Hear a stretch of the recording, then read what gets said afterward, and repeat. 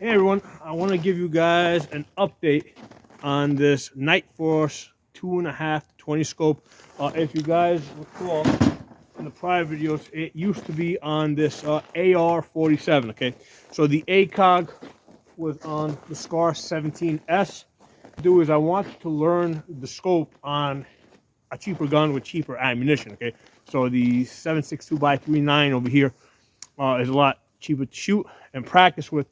But now that I know that scope, what I did is I took the ACOG off of the SCAR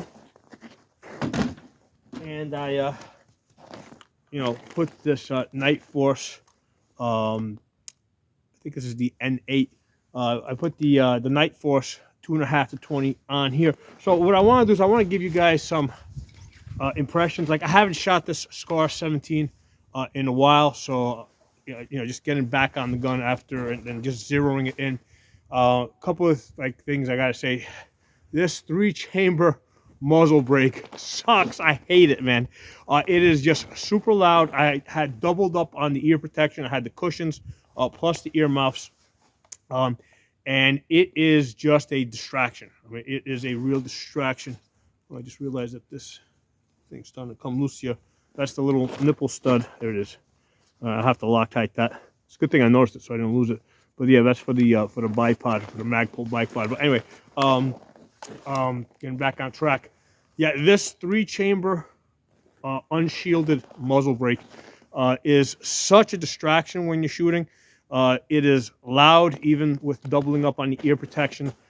And it makes you flinch. Okay, I've got other AR-10s. I don't flinch when I shoot a 308. Okay, but just because of the loudness and the sharpness, because the SCAR is very sharp. The recoil impulse.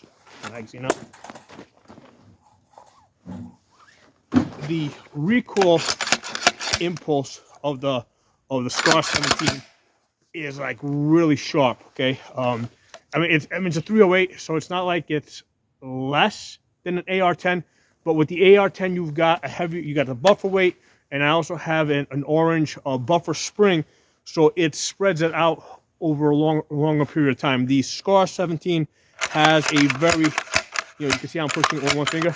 It has a very light recoil spring, so that recoil just comes straight back, goes it just goes straight into you, and it's like like I don't feel like I'm getting kicked here. It's just like I feel like I'm getting kicked in the head. Like I'm not getting kicked in the chest. I'm getting kicked in the head. So part of it is just the recoil impulse. The other part of it is this muzzle brake. It concusses the shit out of you.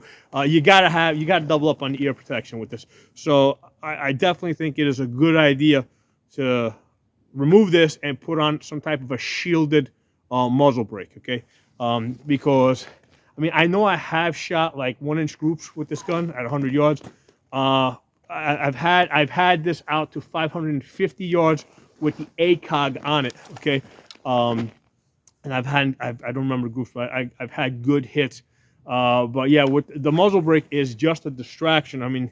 Yes, you're gonna get less muzzle rise, but the amount of distraction that you get from just the concussion, it doesn't pay off. You're just better off using a bird cage or anything else. Just a shielded muzzle brake will be so much better.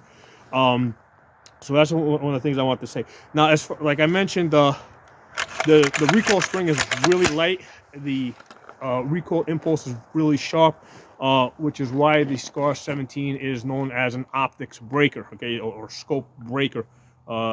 Scopes need to be rated for SCAR 17. Okay, if they're not rated for it, they're gonna break it, and I believe the Nightforce is. Okay, now on this Nightforce, and I mentioned this when I did my initial review on this. I don't want to move it now because I've zeroed it and I don't have I haven't set the zero reset yet. But the clicks, right, when you're turning the torrents, yes, they are tactile, they are audible, but they're not like the most tactile.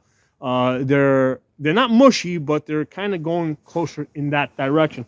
So when I had the doubled up on the ear protection, right, I really couldn't hear the clicks anyway. So with the what I had not realized, right? Because again, it's not very tactile. So I was turning this to adjust, not realizing that the Allen screw, right? Because there's an Allen screw here that kind of because you can set or reset the zero on your windage. It had loosened up under the recoil, right? Of just having shot, I don't know, maybe 100 or 200 rounds, 7.62 by 3.9. So I had shot about at least 200 rounds with this scope on it. Probably closer to 300, but whatever, it doesn't matter. But yeah, there's a little Allen screw in here, right over here. You can see it, and apparently that had loosened up. So as I'm trying to zero it in, I'm adjusting this, I'm turning it, and it's like my bullets aren't moving. Okay, and it took a couple of shots before I realized that that the Allen screw had loosened up, and I had to get an Allen key and tighten it up, and then I could start feeling the the clicks a little bit. I couldn't really hear them because again I had doubled up on ear protection. But again, the clicks are not the most tactile, so it's really easy for if the Allen screw comes loose, you're not going to feel it, and you're gonna be sitting there turning this, and you're like, okay, why aren't my impacts shifting? So yeah, just something to be aware of. And other thing worthwhile, bubble level. They actually sent me the wrong one. Normally I don't like the ones that stick out because they catch on things, they snag, they tend to get bent. However, it was convenient with this scope because of the large bell, right? I could see it over there. I didn't have space to put in the back over here. So it kind of was convenient, but yeah, I don't like these types because eventually that's going to hit a table or something, and that's just going to get bent. So try to avoid these types. You want the type to just sit flat on the Picatinny reel. But today it was convenient, right? It is a little convenient to work with. It's just that it's going to get bent sooner or later. And the other thing is the charging handle. Okay, if you're used to working mostly with AR-15s, where you can have one of these ambidextrous charging handles, and they're in the back, right? Because with the oversized charging handle like I have over here, it's really easy to grab with either side. Okay, so with the SCAR, you can go lefty or righty. Okay, but what's going to happen is if it's not as accessible as I think as an AR-15, which is in the back. Because with this, now to get to this, I got to come over to this side. This was originally on this side. So when I had the ACOG, the bolts were on the right side. So I had to have the charging handle on the left side because otherwise, because what's happening is the charging handle sits really high.